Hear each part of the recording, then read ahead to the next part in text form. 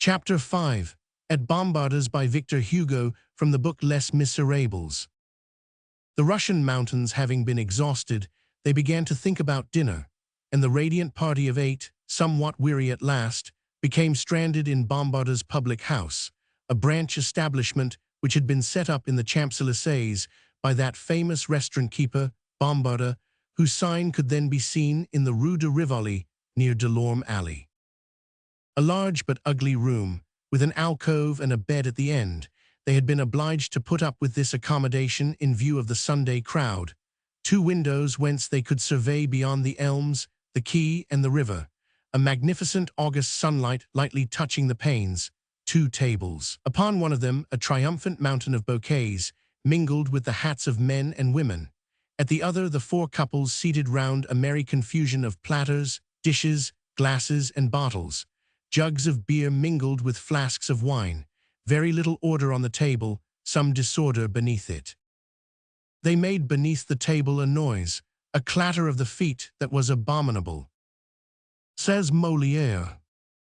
This was the state which the shepherd idyll, begun at 5 o'clock in the morning, had reached at 4:30 in the afternoon. The sun was setting, their appetites were satisfied. The Champs-Élysées, filled with sunshine and with people, were nothing but light and dust, the 2 things of which glory is composed. The horses of Marly, those neighing marbles, were prancing in a cloud of gold. Carriages were going and coming. A squadron of magnificent bodyguards, with their clarions at their head, were descending the Avenue de Neuilly. The white flag, showing faintly rosy in the setting sun, floated over the dome of the Tuileries. The Place de la Concorde, which had become the Place Louis XV, once more, was choked with happy promenaders. Many wore the silver fleur-de-lis suspended from the white-watered ribbon, which had not yet wholly disappeared from buttonholes in the year 1817. Here and there choruses of little girls threw to the winds, amid the passers-by, who formed into circles and applauded, the then celebrated Bourbon air, which was destined to strike the 100 days with lightning, and which had for its refrain, Rendez-nous notre Pierre de Gaulle, Rendez-nous notre Pierre. Give us back our father from Ghent, give us back our father. Groups of dwellers in the suburbs, in Sunday array, sometimes even decorated with the fleur-de-lis, like the bourgeois, scattered over the large square and the Marigny square, were playing at rings and revolving on the wooden horses. Others were engaged in drinking. Some journeyman printers had on paper caps. Their laughter was audible. Everything was radiant. It was a time of undisputed peace and profound royalist security. It was the epoch when a special and private report of Chief of Police Engels to the King on the subject of the suburbs of Paris terminated with these lines. Taking all things into consideration, sire, there is nothing to be feared from these people. They are as heedless and as indolent as cats. The populace is restless in the provinces. It is not in Paris. These are very pretty men, sire. It would take all of 2 of them to make one of your grenadiers. There is nothing to be feared on the part of the populace of Paris, the capital. It is remarkable that the stature of this population should have diminished in the last 50 years, and the populace of the suburbs is still more puny than at the time of the Revolution. It is not dangerous.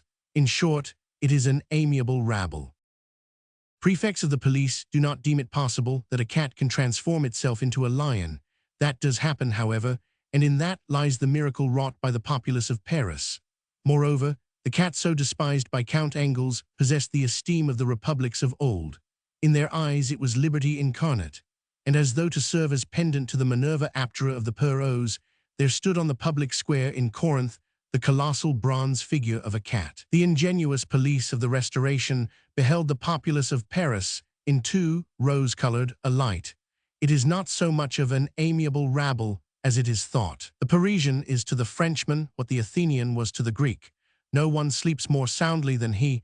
No one is more frankly frivolous and lazy than he.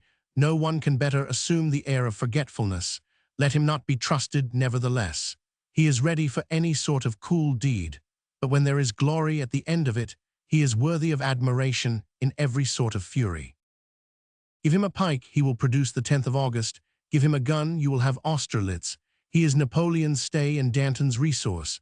Is it a question of country, he enlists. Is it a question of liberty, he tears up the pavements. Beware, his hair filled with wrath, is epic. His blouse drapes itself like the folds of a chlamys. Take care, he will make of the first rue grenatat which comes to hand caudine forks. When the hour strikes, this man of the faubourgs will grow in stature. This little man will arise, and his gaze will be terrible, and his breath will become a tempest, and there will issue forth from that slender chest enough wind to disarrange the folds of the Alps. It is thanks to the suburban man of Paris that the revolution, mixed with arms, conquers Europe. He sings, it is his delight. Proportion his song to his nature, and you will see. As long as he has for refrain nothing but La Carmagnole, he only overthrows Louis XVI. Make him sing the Marseillaise, and he will free the world. This note jotted down on the margin of Engel's report, we will return to our four couples. The dinner, as we have said, was drawing to its close.